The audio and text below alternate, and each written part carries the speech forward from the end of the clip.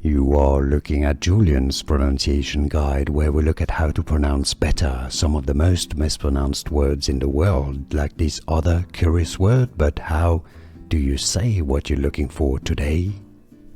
Let's learn once and for all how to pronounce this word. Very interesting, the British English pronunciation and American English.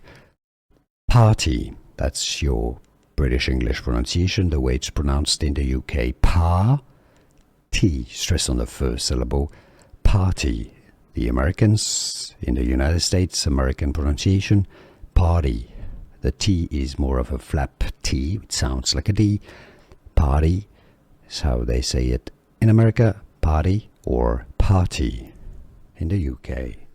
Here are more videos on how to pronounce more confusing words and names too many mispronounced. Like this video if you found it useful. I appreciate your support. I'll see you soon and thanks for watching.